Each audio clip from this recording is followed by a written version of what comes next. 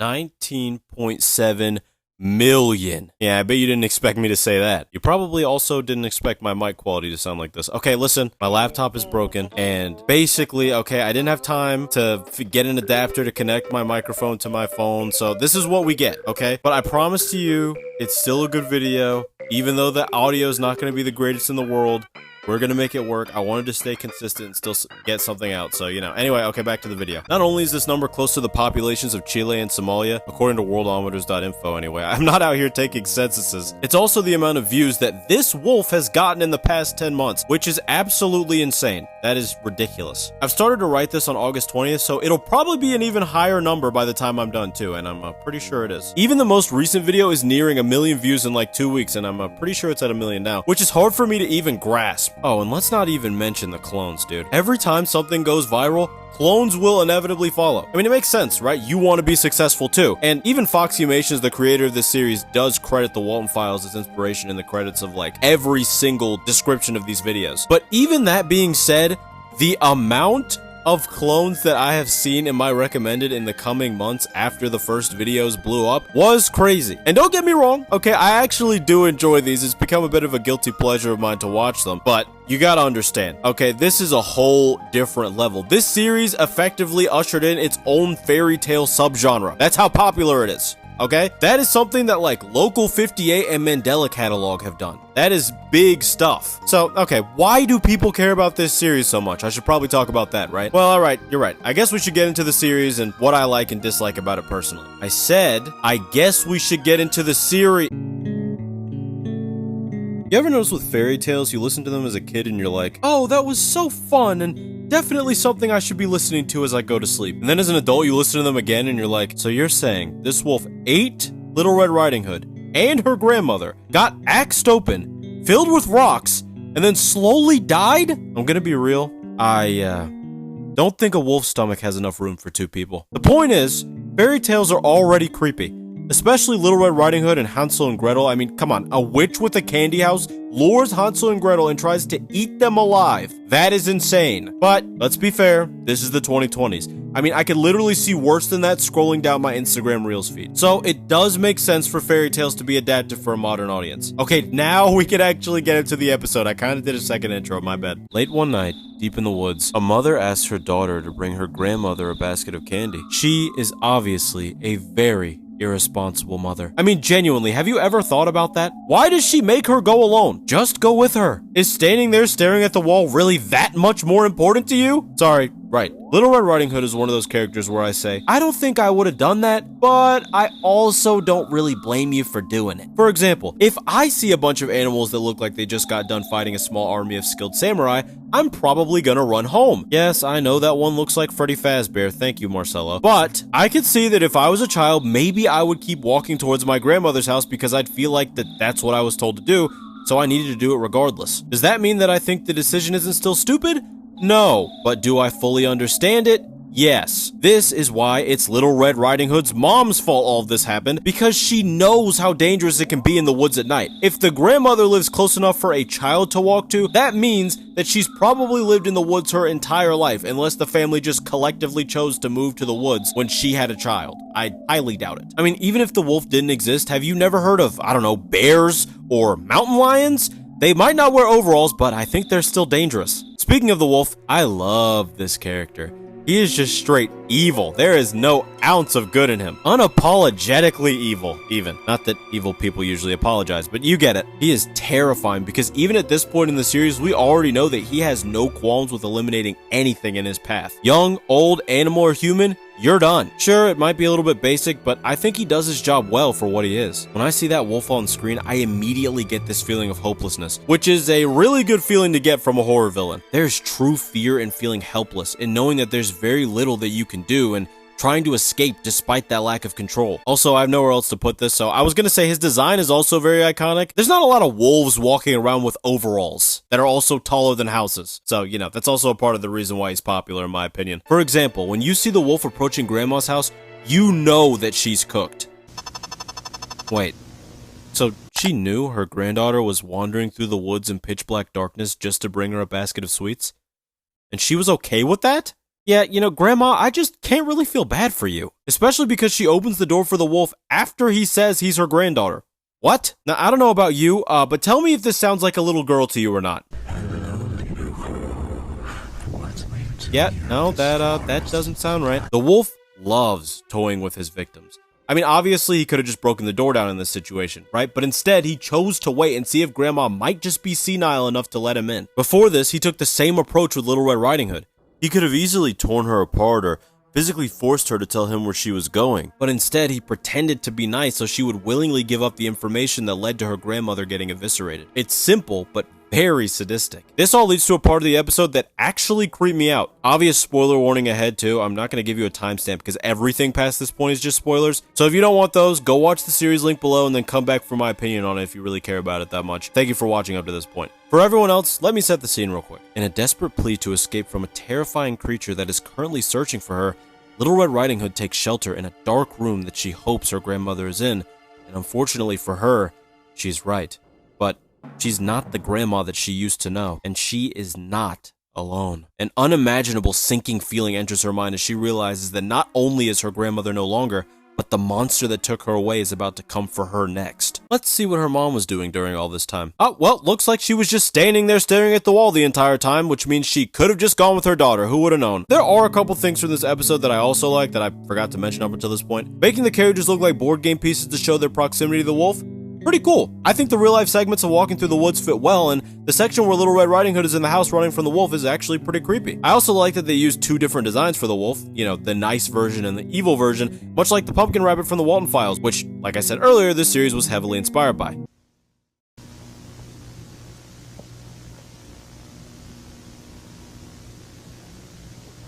Yeah, some of these scenes dragged out little bit too long. Now, that's not uncommon. In horror, and especially analog horror, this type of thing can be used to build tension all the time, and it can be used well, but for me, I did feel like some of this could have been shortened down by several seconds and still had the exact same effect. The constant audio and visual distortion did get repetitive for me at some moments too, I'm not gonna lie. I'd definitely be wrong if I didn't share the bad with the good. Speaking of the good, each episode actually gets better as we go on, so let's go on to the next episode. Next episode. Hansel has way too much pressure on him. Someone had to say it, okay? This guy is expected to be a one-man army that takes down this giant magical evil wolf and is also blamed for all their deaths. Like, most of that wasn't just the mom's fault, basically. I mean, if Little Red Riding Hood had never left the house, she would have never met the wolf. The wolf would have never found Grandma's house by tricking her. I mean, do I need to continue? I love Hansel. This guy is a beast, okay? He walks through those dark woods with no fear despite knowing some kind of crazy threat could just be lurking anywhere. Even when the squirrel corpse is like, hey, that's not a regular wolf, by the way. Yeah, he takes souls. Please save us. He's like, oh, well, I probably hallucinated. Anyway, let's keep going. This guy is a genuine machine, and I'm pretty sure he's the most liked character in this series, if not in the top 3. Also, can I ask this question? How did this woman write this message while hiding from the wolf? Now, I understand it wouldn't take that long to do. It's not a lot of words, but this wolf can literally be in one place, then be in the room that he knows you're gonna walk into before you're even in there. Plus, she literally stood still staring at the same wall for at least an hour. I honestly didn't even think she had any survival instincts, to be real, so I'm kind of proud of her. Hansel isn't even fazed by this message though. He sees the wolf right afterward and blam! He blasts him right in the face. This was genuinely a shocking moment to me, and probably for a lot of people. I rarely see any analog horror characters do anything, much less actually defend themselves and react in a timely manner. And now I've said all that just to say, bullets don't even work on the wolf. They just don't. You know what? That's actually kind of scary. It wouldn't really be very scary if the wolf was just like, oh man, my one weakness. The same weakness as literally every other land organism on Earth, now that I think about it. Now, because of this, the wolf's even more menacing, and the one character we found to be capable seems just as helpless as the defenseless family that was eliminated by the wolf prior. The creepiest moment in this episode, though, definitely happens at the end, where Hansel lies there, broken and torn apart, haunted by the souls of those that he wasn't able to save. The crushing guilt he felt in this moment is probably the same guilt that allowed him to be defeated by the wolf in the first place. He likely was just so destroyed by the guilt that he just gave up. I don't think that we needed to end on a jump scare, though. We're in a new format for this episode. I like that. Instead of the usual style, we're in a game. Now, I know what you're asking me. Gear, does this mean that they're in a video game and not just in an alternate fictional world? I don't know why I sound like this. My answer? I don't know. I just don't know. There's no real other time that this happens in the entire story. I'm not sure if it was just a style choice and I'm overthinking it, or if all these characters are just in a storybook. I mean, there are text boxes, So maybe they are in a game? I don't know. Anyway, I'm a big fan of digital horror, so I'm always open to an episode of something taking place in an old website or in a game. You know, I just noticed something. The wolf is still injured. Like, that eye is just straight up not there. So bullets actually do work, and he lied, I guess? I don't know, but I do know that the wolf gets extra sadistic in this episode, dude. Is this his most sadistic moment? No, that's in the most recent episode, but there's one moment from this episode that I gotta talk about. Now, I'm guessing that you already know the original story of the three pigs, right? Two pigs build houses out of nonsense, one builds his house out of actual materials. He's able to save the other two because of this, and the wolf basically goes to each house one by one, blows them down, gets to the last one. Obviously, it doesn't work.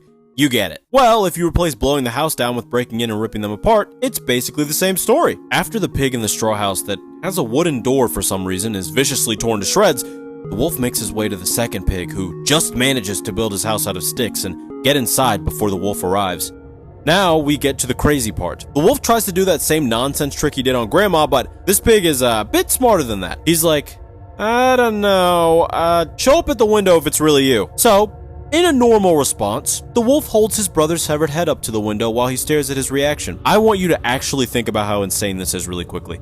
This guy was just walking around with a severed head. There's no way that he could have known that the other pig was going to do that. I mean, maybe if you really wanted to suspend your disbelief, which, to be fair, there are talking animals, so I guess that's not that hard. You could say that, oh, maybe he knew the pig had to be slightly smarter because he actually uses sticks to build his house instead of straw. But either way, this guy was just walking around with that severed head. That is insane. Not only that, but he was watching to see the pig's reaction to the fact that not only is this his own brother's head, but on top of that, the individual who removed it is trying to break in and potentially do the same to him. That is also insane. This guy gets some serious enjoyment from making people suffer psychologically. Even if it's for a brief moment, he makes sure to take extra time to make his victims more paranoid, more fearful, and more sad. This is like the worst type of villain to deal with. You know, it's not so bad when someone will just, I don't know, blow you up, but this guy will follow you around under the cover of darkness, messing with you and making you more and more paranoid until he feels like he wants to take you out. But how will he act when the tables turn on him? See, the last pig gets haunted by his other brothers who say, "Save us. You must set yourself on fire to save us. Sacrifice yourself." You notice how the door is made out of flammable materials? That's dedication. Okay, well, inside it's not the same material for some reason, but I'm still gonna give him the point for it. When the wolf knocks, the pig just says, "Yep, come on in and get me." Which, don't you think if you were the wolf, you might think to yourself, that's weird. Literally every other victim I had to trick, but this guy's just willing to let me eliminate him? Then again, if you're basically unstoppable, why would you actually care either way? I guess I destroyed my own point. Anyway, the pig sets them all on fire, the end. Except, hold on, wait a minute. No, not the fact that the wolf actually has the soul of a child. I'll get to that later. Why did the other pigs just know that he was weak to fire? If they knew that, why didn't they set him on fire? Their houses were literally more flammable. This doesn't make any sense. As far as this kid goes, I'll get to him later, but all you need to know right now at the moment is that he's really evil, but he was enabled to do all this by the witch, and for some reason he also tells Gretel to save Hansel. I'm not sure why. I don't know. I guess he suddenly turned good? And why does Grandma look like that? Sorry. Yeah, there's an evil witch, which I'll also talk about in the next part. Listen, I don't know who Hansel and Gretel's parents are, but they ended up creating the toughest characters in the entire series. Hansel hears about an evil wolf massacring people, and he's like, alright, I'll go handle it. Gretel sees the supposed spirit of her deceased brother and reads his final letter. I feel like we should question how he wrote that since he is not alive, and says, alright, I'll go save him, right out of the house. You know how crazy that is? Most horror characters in general are just not capable at all, but these two just are. They jump into action and don't just blindly let things happen like certain moms and grandmas we're all too familiar with. But something really seems off with this version of Hansel and this house. And with this woman in this house. Hey, wait a minute. Gretel, why are you following this woman into her house in the middle of the woods? After talking about Hansel, we actually get into an interesting part of the conversation. We actually get to learn about the origins of the wolf. He's got that sad One Piece type backstory, you know? He's getting bullied by everybody, and they even go as far as to set his house on fire for some reason. I don't know what that's all about, but anyway, yeah. He ends up going on a rampage, which is kind of understandable until he starts attacking innocent people, goes to the witch and says, I want to become immortal and unstoppable so I can destroy everyone for absolutely no good reason. So the witch who just met him 5 seconds ago says, oh, okay, yeah, sure, what animal do you want to be? A wolf? I guess, I mean, I kind of just expected to be turned into a stronger human, not into an animal, but Yeah, I mean, if that's what I gotta do, that's fine. So anyway, he gets turned into an unstoppable wolf who is easily stoppable by fire because the witch makes him have a weakness, and for some reason, he still agrees to this nonsense. He wanted to be unstoppable, she makes him stoppable, and he still exchanges his soul for it. I don't understand. Well, I guess he is not an adult, so I shouldn't be very surprised, but still. Genuinely though, this ties everything together for me. Why is he a wolf? Because a witch did it. Why is he weak to fire? Because people set his house on fire and it traumatized him. I can't really argue against it. This is not a super complex story, so I didn't expect a super complex solution, and it works really well, in my opinion. This witch, she's not bad. Is she evil? Yes. Is she sadistic? Somewhat. Yeah, but she just doesn't have that wolf charm. I don't know. Don't get me wrong, she plays a lot of mind games with Gretel. While Gretel is having nightmares about Hansel, she's the one that looms over her. This is genuinely a moment that really creeped me out too, because I felt that someone could have been lurking behind me in the darkness while I laid in bed. I think we all can relate to that feeling. Yet for Gretel, she's just like, alright, I gotta get to the bottom of this Hansel situation. I'm out of here. I told you, her and Hansel are completely different beasts. I genuinely got nervous watching her approach the corpse of the wolf to grab this key too, and I already knew what was gonna happen. I'd seen this before. Or maybe I'm just a huge baby, I don't know. Why does this witch have a book that has her weakness in it just sitting out? Like, did she never just think that this would end up working against her or what? I mean, I know that it's in a locked away room, so maybe she just didn't think about it. I don't know. Did I ever finish talking about the witch? Yeah, apparently she was just there for every single character's death.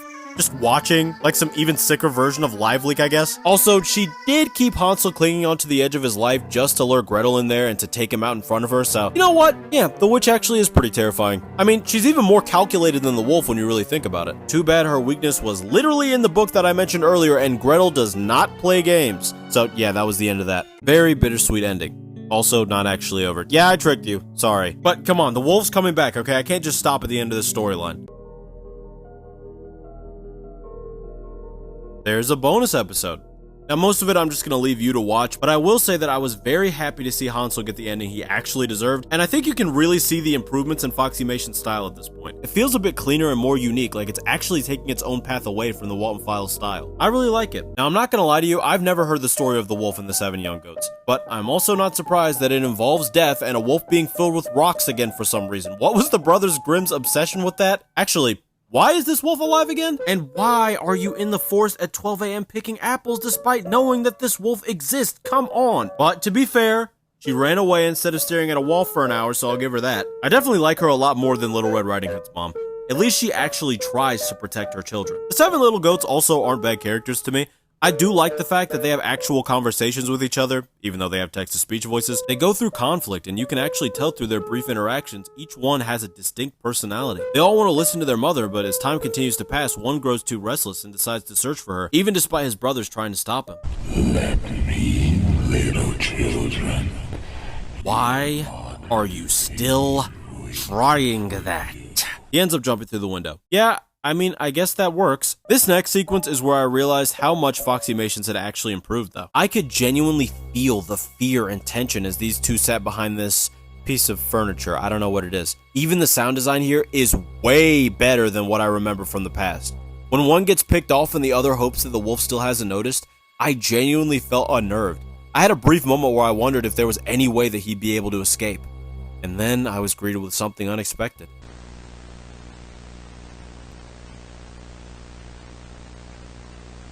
Subtlety. No jump scare, no screaming, nothing. Just another white icon turned to red. That hit so much harder for me personally, especially when I expected the same thing as always. I just had to point that out. The wolf can also turn into his spirit form or something, I don't know. I don't really get it. In this red purgatory of an afterlife, we get a genuinely sad family reunion. Maybe I found it more sad than usual because of the music choice or the fact that now this family has to live together in purgatory. Grotesque, broken forms of what they once were. Guys, I think we'd better get out of here before we're the next ones to be taken. Hey, you know he can hear you, right? Like hey! But we have to go, brother. Either we try to escape and stay alive. I know you just heard him run past. Come on! All of a sudden, it switches to a found footage film after one of the goats chooses to record with the camcorder, which I was pleasantly surprised by. See, this is one thing I noticed throughout the episodes. There may be an obvious formula, but to me, the formula doesn't really get old. In every single episode, characters get introduced, they meet the wolf or witch, and have to try to survive against them. A lot of the entertainment in it is seeing how Foxymations will actually lead us through this formula.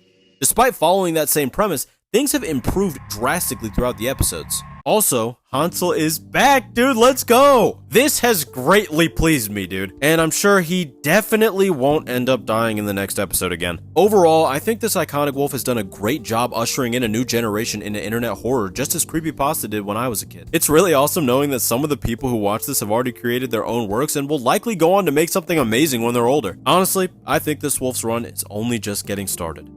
Or I'm wrong, but whatever, it sounds good.